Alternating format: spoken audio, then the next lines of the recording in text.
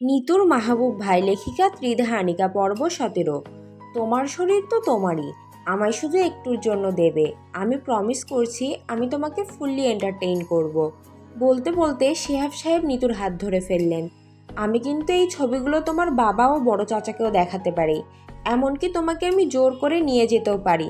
তারপরও আমি চাইছি তুমি নিজে থেকে আমার কাছে আসো। না হলে কি? না হলে কিছুই নয় নিতু, আমি তোমার সুন্দর ছবিগুলো সবাইকে দেখার সুযোগ করে দেব। তুমি কি চাও তোমার নগ্নদেহ সবাই আগ্রহ নিয়ে দেখুক? কিন্তু এগুলো তো মিথ্যে ছবি। সবাই মিথ্যে ভাববে কেন? এতে তাদের লাভটা কি? তোমার পরিচিত মানুষগুলো বরং তোমাকে সত্যি ভেবে আনন্দ পাবে। আমাদের একটা বড় গুণ কি জানো নিতু? আমরা নিষিদ্ধ মিথ্যেকে বড় সহজে বিশ্বাস করি, কারণ এতে বিশ্বাস করাতেই আমাদের আনন্দ। আচ্ছা, বলো তুমি আমার কাছে কি চাও?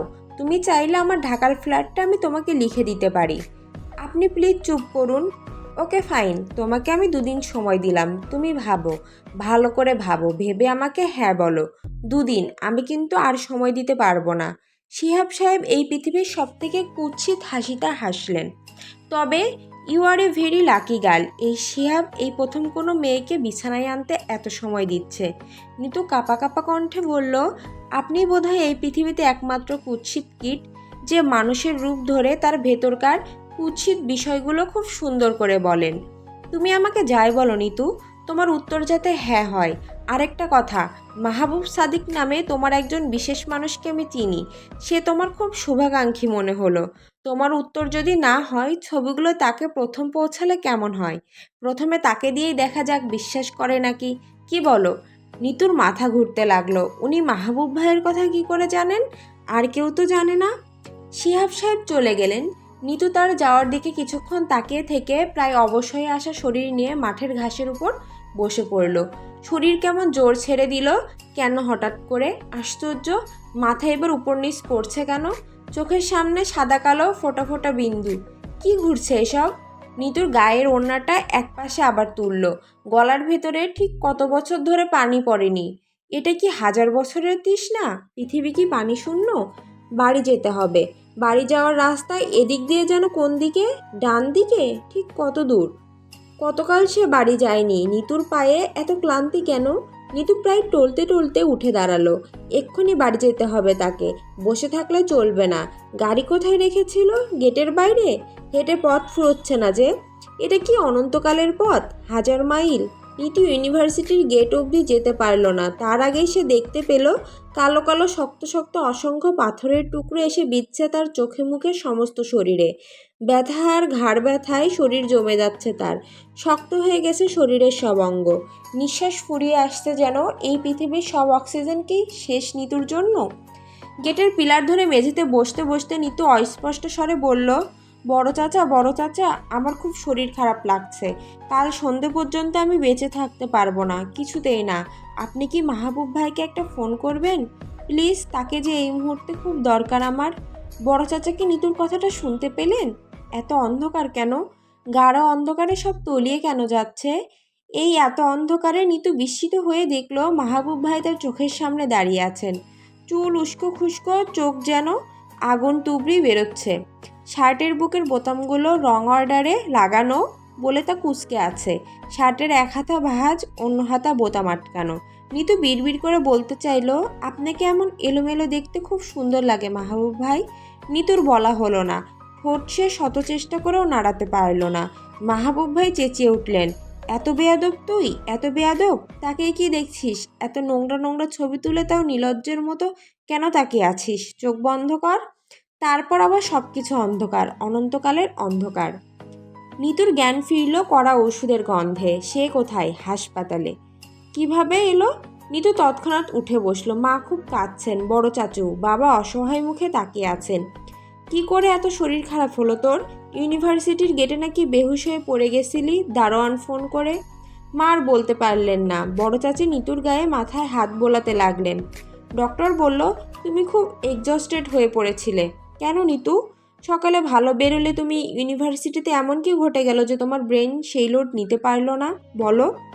চাচি, আমার মোবাইল ফোনটা কোথায়? আমাকে খুব জরুরি একটা ফোন করতে হবে, ভীষণ জরুরি। হাসপাতালের বেডে বসে নিতু মাহবুব ভাইকে ফোন করলো। এই প্রথম তিনি প্রথমবারে ফোন রিসিভ করলেন। ফোন করেছিস কেন? তোর ইউনিভার্সিটির গল্প শোনাতে? তোর ধারণা তুই ফিজিক্সে পড়ছিস বলে যাকে তাকে রাত বিরাতে ফোন করতে পারিস। আমি অনার্স পড়িনি এটা চোখে হাত দিয়ে দেখাবি? তুই দেখালো আমি দেখব কেন? অন্য দরকারে ফোন করেছি। আমার কাছে তোর দরকারটা কি? আমি কি তোর টাকা মেরে দিয়েছি নাকি জমি জমা দখল নিয়েছি? তুই মাটিতে বসে পদার্থ ঘাটছিস, আমি আকাশে উড়ে উড়ে ট্রেনিং করছি। তোর আমার সব আলাদা। এখানে বিষয় আশায় নিয়ে তো কোনো দরকার থাকতেই পারে না। নেই তো, কিচ্ছু নেই। নিজের চিরতরে যোগাযোগ বন্ধ করবি, নিজেই ফোন করবি। এই পৃথিবীর কি তোর ইচ্ছেতে চলবে? এই পৃথিবীর সবাই কি তোর গোলাম? তুই কি পেয়েছিস আমার সঙ্গে বেয়াদবি করে পার পেয়ে যাবি? চুপ, একদম চুপ। আমি কি বলছি শুনুন। শুনছি তো, তাই বলে এত জোরে ধমকাবি? কানের পর্দা ফুটো হয়ে আমার ব্রেনের একটু অংশ বেরিয়ে গেছে বোধ হয়।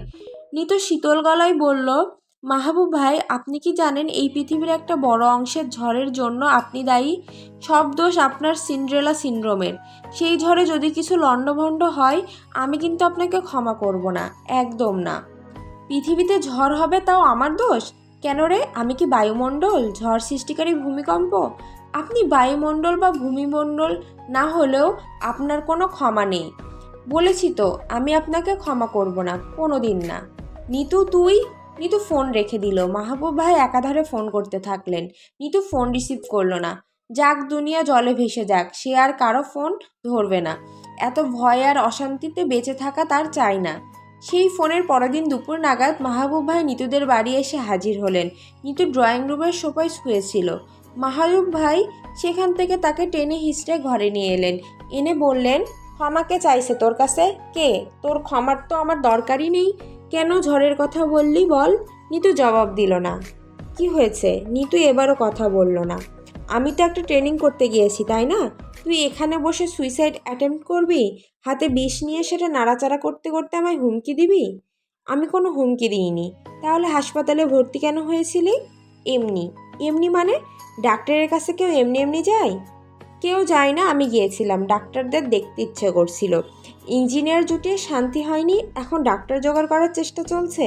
খালি জিহ্বায় স্বাদ চাই, তাই না? চাই। আপনি কেন এসেছেন? আপনি তো ডাক্তার, ইঞ্জিনিয়ার না। তুই বললি আমি ঝড় লাগিয়েছি, তাই ঝড়ের তাণ্ডব দেখতে এলাম। কি বলে ছুটি নিয়েছি জানিস? বলেছি তোর বাবা মারা গেছে। স্টক! আপনি ছুটির জন্য বাবাকে মেরে ফেললেন? নিজে মরার থেকে কি অন্যকে মেরে ফেলা ভালো নয়? তাছাড়া তোর বাবা যে ধরনের ওয়েল ডিসিপ্লিন, আমার মনে হয় তোর বাবা একটা সরকারি ছুটির দিন দেখেই মারা যাবে। এমনি ছুটি যদি ছুটি থাকে তখন তো আর ছুটি নিতে হবে না। নিতু আহত চোখে জানালার বাইরে তাকালো। ঝড় থামাতে সে আরেকটা ঝড়ো পৃথিবী নিয়ে এসেছে। ওহ, কি হয়েছে বল? কিছু হয়নি। 100 বার হয়েছে তোর গলা শুনে আমি বুঝেছি। গলা শুনে? এই 2টো রাত আমার ঘুম হয়নি তোর ধমকে। কেন ধমকেছিলি? 2টো রাত কোথায়? মাত্র তো একটা রাত। তোর ধমকে ঘুম না হয়ে আমার মনে হয়েছে 1000 রাত। মিনিমাম তো 7 রাতের সমান ছিল রাতটা। কি হয়েছে বল? চুপ করে কি তোর মুখের কথার রেট বাড়াচ্ছিস? বল কি হয়েছে? বলবো না। মাহবুব ভাই নিতুর দুগাল চেপে ধরলেন। নিতু হাত ছাড়ানোর আপ্রাণ চেষ্টা করলো। নিতুকে বিছানায় ঠেসে ধরে বললেন, তুই বলবি, তোর বাপও বলবে। শিহাব সাহেব লোকটা আমায় খুব জ্বালাচ্ছেন। কয়দিন ধরে তিনি আমাকে ভয়ঙ্কর কিছু ছবি পাঠাচ্ছেন। বলছেন এগুলো ছড়িয়ে দেবেন, সবাইকে দেখাবেন। কেউ ভয়ঙ্কর ছবি পাঠালেই তুই ভয় পেয়ে যাবি? নোংরা ছবি, নোংরার চেয়েও বেশি। কীরকম? আমি বোঝাতে পারবো না। ভয় পাচ্ছিস আবার বলতেও পারছিস না, মানে কি? এই নিতু, পোস্টমর্টমের ছবি নয় তো? পোস্টমর্টমের ছবি কেন হবে? তাহলে ভয় পাচ্ছিস কেন? কিছু নগ্ন নারীদের ছবিতে তিনি আমার মুখ বসিয়ে এমন করেছেন যে এটা যে ফেক তাতে বোঝাই যায় না। আর আপনি বলছেন আমি ভয় পাবো না? একটু দেখাবি? ছি, না দেখলে তো বুঝবো না। সত্যি যদি তোর ছবি হয়। আপনি আমাকে এরকম ভাবেন? দেখুন, ভালো করে দেখুন। এই যে ল্যাপটপ, নিন। মাহবুব ভাই চিৎকার করে উঠলেন, আরে মিথ্যে ছবি তো, এই জন্য কেঁদে কেটে মরে যাওয়ার কি দরকার আছে? মিথ্যে ছবি যে এখন আপনি কি করে জানলেন? তখন তো অবিশ্বাস করলেন। তোর মতো শুটকির শরীর তো আমি আন্দাজ করতে পারি। আর তোর রিয়েল ছবি ছাড়লেও লাভ হবে না, বাজারে চলবে না রে। আমি শুটকি? হ্যাঁ? মাহবুব ভাই ছবিগুলো দেখে হেসে গড়াগড়ি খেলেন। যেন এত আনন্দের ঘটনা তিনি এক যুগ অপেক্ষার পর পেয়েছেন। নিতু বরফ শীতল কণ্ঠে বলল, আপনি চলে যান, প্লিজ যান, get out from my room. Mahbub ভাই নিতুর কথা শুনলেনই না, বরং মহাখুশিতে বললেন, শোন, মানুষের একটা মজার সাইকোলজি কি জানিস? সে যেই বিষয়টা নিজে ভয়ের মনে করে, সে তার অপোনেন্টকেও সেই জিনিস দিয়ে ভয় দেখাতে চায়, আঘাত করতে চায়। ওই ব্যাটার নিজের বোধহয় ল্যাংটা ছবির ফোবিয়া আছে, তাই তার ধারণা তোর কিছু উটকো আর সেন্সিটিভ ফটো এডিট করে সে তোকে ভয় দেখিয়ে কাবু করবে। এখন কথা হলো, তুই ভয় পাওয়ার তার সূত্র মিলে যাচ্ছে, মানে হলো তার ট্রিক কাজে লেগে যাচ্ছে। আমার মুখ মশানো বাজে ছবি আমি ভয় পাবো না? অহেতুক ভয় পাওয়াটা খারাপ, তাই পাবি না। যে অন্যায় অন্য কেউ করেছে সে অন্যায় নিজে ভয় পাওয়া পাপ। ভয় পাওয়া মানে হলো অর্ধেক মরে যাওয়া। সাহসী থেকে মরে গেলেও পুণ্যের কাজ হয়। আমি মরেই যাচ্ছি প্রতি মুহূর্তে। ভয় দেখিয়ে তোর কাছে কি চাই, টাকা? নিতু মাহবুব ভাইয়ের সামনে থেকে সরে এলো।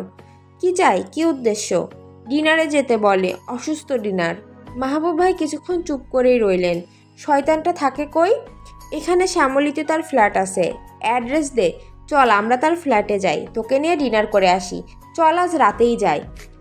একটা কমজাত খচ্চরের ফ্ল্যাটে আমি যাব না।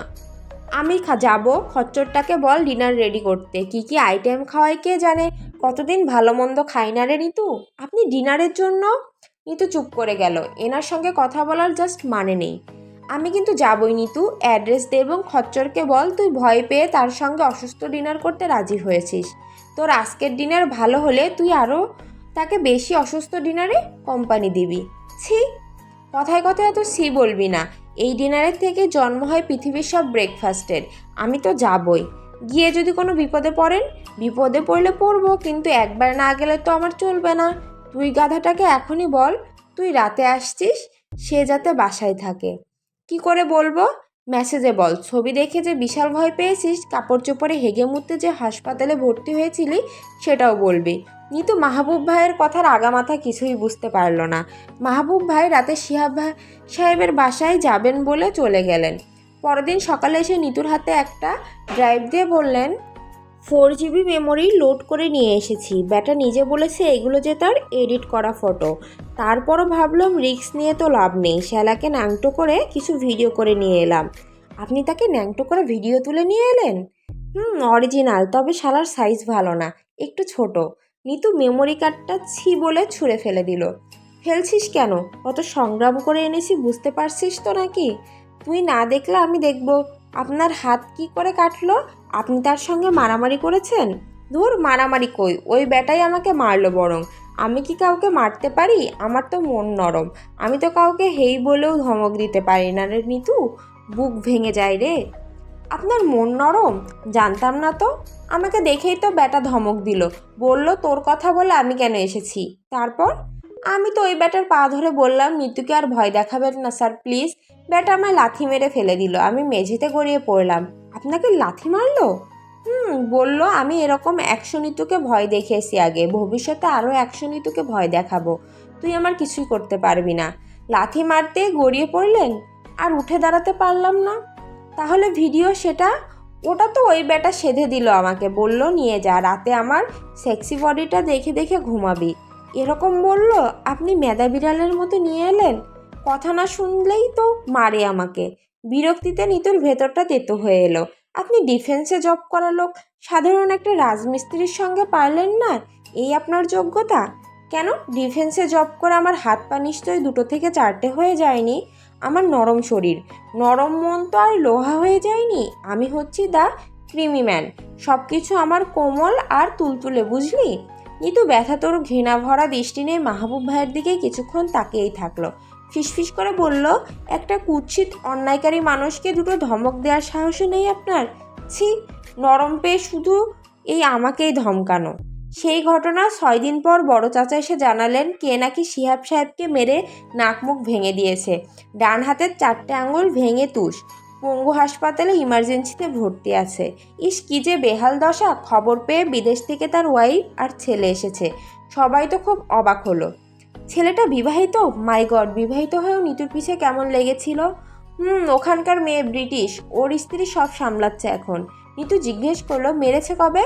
সপ্তাহখানেক হবে, খুব মেরেছে, নাক মুখ দেখলাম রক্ত জমে এখনও কালছিটে, এখনও শরীরের অবস্থা কঠিন রকমের খারাপ, শোয়া থেকে উঠতে পারছে না। সন্ত্রাসীর মার, এত সহজে তো আর ভালো হবে না। সন্ত্রাসীকে তিনি চিনতে পারেননি? না, মুখোশধারী ছিল। তার কিছু ইম্পর্টেন্ট ডকুমেন্টসও সন্ত্রাসীরা চুরি করে নিয়ে গেছে। বেচারা এখন আবার বিদেশে ফিরে যাবে বলে কুই কুই করছে, বলছে বাংলাদেশে আর কখনো আসবে না। বড় চাচি বললেন, ভালো হয়েছে, নিতুকে জ্বালাতন করার আচ্ছা রকম শাস্তি হয়েছে। মেয়েদের যারা পেইন দেয় তাদের এরকম পেইনই প্রাপ্য। বড় চাচা বললেন, একটা ইঞ্জিনিয়ার ছেলে সন্ত্রাসীর মার খেয়ে মরো মানলাম সে খারাপ, তাও তার ছেলে আর বউটার জন্য বেশ খারাপ লাগছে। ইস, 4 বছরের ছোট ছেলে, আহা। ঘরে ছেলে আর বউ রেখে যারা এরকম করে তাদের তো ফাঁসি হওয়া উচিত। মেয়েদের জীবন আর সম্মান দুটোই এক, সম্মানের ভয়কে তারা জীবনের ভয় মনে করে। নিতুর ক্রাইসিসটা আশা করি তুমি ভুলে যাওনি। বড় চাচা দীর্ঘশ্বাস ফেলে বললেন, আসলেই। নিতু ভেতরে ভেতরে দীর্ঘশ্বাস ফেলল। মেরে নাক মুখ থেতলে দেওয়ার কাজটা তাহলে তিনিই করেছেন, তার এই কৃমি রূপ। হ্যাঁ। শিহাব সাহেবের দুর্ঘটনার পর নিতুর মন বদলে গেল। মানুষটা তার জন্য কত কি করলো, ইস, একবার যদি জড়িয়ে ধরে বলা যেত এত কেন করলেন বলুন তো। কিন্তু অজানা লজ্জায় এসব কিছুই করা হয় না। তবে ইদানিং নিতু প্রায়ই একটা অদ্ভুত কাজ করে, তা হলো গভীর রাতে সে একটা অপরিচিত নাম্বার থেকে মাহবুব ভাইকে ফোন করে। ফোন করে অবশ্য কোনো কথা বলে না, চুপ করে থাকে। মাহবুব ভাই সে সময়টা রেগে গেলে হ্যালো হ্যালো করেন, বকাঝকা করেন। এই দেশের একজন পাইলটকে বিরক্ত করা হচ্ছে, তাই না? ফোন করে কথা নেই বোবা। পাইলটদের ঘুম হারাম করা বিমান ক্র্যাশ করলে কে লয়াবিলিটিটা নেবে শুনি? দেশদ্রোহী বাংলার আকাশে বিপদ আনতে ষড়যন্ত্র চলছে, আমি কিন্তু এর জন্য আইনি ব্যবস্থা নেব। নিতু তখন খুব মজা পায়, মনে মনে বলে, একবার টাকা হোক আমার, আপনাকে আমি বিমান শুদ্ধ কিনে ফেলবো। আমার আকাশে তখন যত ইচ্ছে ক্র্যাশ করবেন, সব দায়ভার আমার। সেমিস্টার ফাইনালের পর নিতু ঠিক করলো একদিন অফিসে গিয়ে মাহবুব ভাইকে চমকে দেবে। শিহাব সাহেবের সমস্যাটা তিনি এত ভালো করে ম্যানেজ করলেন, মিনিমাম একটা থ্যাঙ্কস তো দেওয়ার দরকার। ভালোবাসার অভিমানের জন্য তো আর উপকার অস্বীকার করা যায় না। তার ট্রেনিং সেন্টারের ঠিকানা জোগাড় করা হলো। এখন বাড়ি থেকে পারমিশন পাওয়া নিয়ে হলো মহাঝামেলা। বান্ধবীদের অজুহাত দিয়ে নিতু নানাভাবে চেষ্টা করলো, কাজ হলো না। বড় চাচা কিছুতেই রাজি হলেন না। যশোর গিয়ে মাহবুব ভাইকে চমকে দেওয়া নিয়ে নিতুর যখন খুব মন খারাপ, ঠিক সে সময় মাহবুব ভাই নিতুকে উল্টো চমকে দিলেন। একদিন ইউনিভার্সিটিতে নিতু তখন ক্লাস শেষে বেরোচ্ছে, হঠাৎ দেখলো মাহবুব ভাই তার ডিপার্টমেন্টের সামনে সিঁড়িতে বসে আছেন।